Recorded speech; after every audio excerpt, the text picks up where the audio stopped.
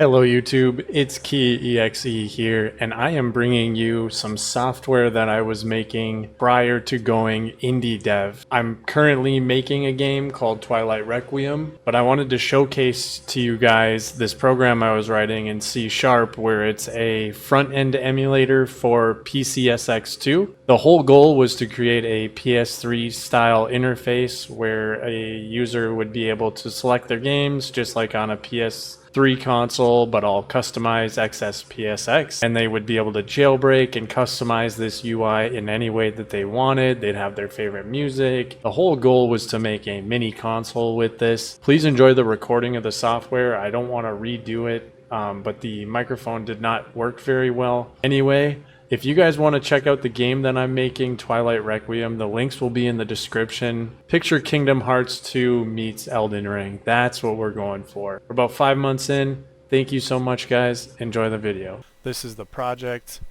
The XMB was super hard to code. Had to do some visual tricks and advanced animations to get it to work.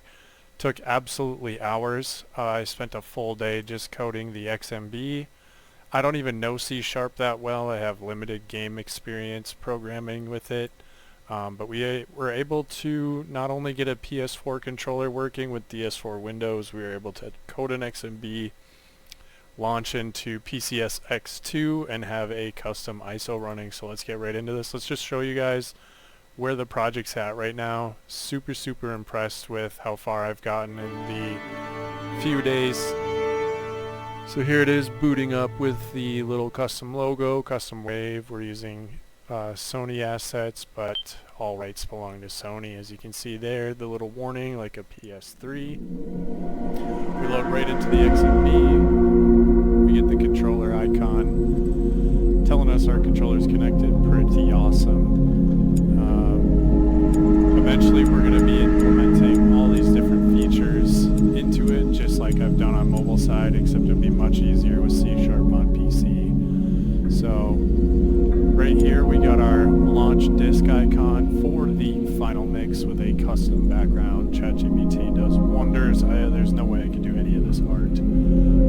We have PCSX2 here as a launch option if you just want to get into the UI of the emulator. But basically we have our game library here. We're going to be definitely updating this. This is just temporary. We're going to go ahead and select final mix.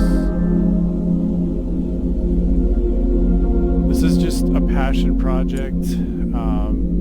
I want to blend everything that is PlayStation and my favorite library of games on the PS2 emulator and actually port it to a mini PC to have a custom home console. Eventually there's going to be jailbreaking options and stuff like that with the package manager. This is a really fun project. Let's go ahead and launch right into the custom ISO. Get a little notification, we're launching. Boom. It's hooked right into PCSX2 with the Retro Arch trophy, achievements. Boom, PS2 booted up right there. This is a very fun project. I've had a lot of fun coding this. I would say if anybody watching is getting into coding or wants to do coding, I have a 2-year degree in coding, but it's been mobile development and Swift mainly. Those are the languages I understand. My experience, it's way better to know how to read code and blocks of code and just use ChatGPT to understand blocks of code and where they implement everywhere. But here we go. We're right in the game. It's like I don't even know C# that well. Like I said, I've had limited experience in it, but I've been able to chunk and block this PC port from an understanding of Swift. Let's get right in here. PCSX2 has not been officially ported to mobile side. I'm hoping in the next few years that happens. With I don't know, the iPhone 17 or 18 or something. Here we are. We're Sora in the Station of Awakening, which means the modded ISO is working. We got Roxas on the floor here, super sick. Let's run around this beautiful stained glass area. Back off!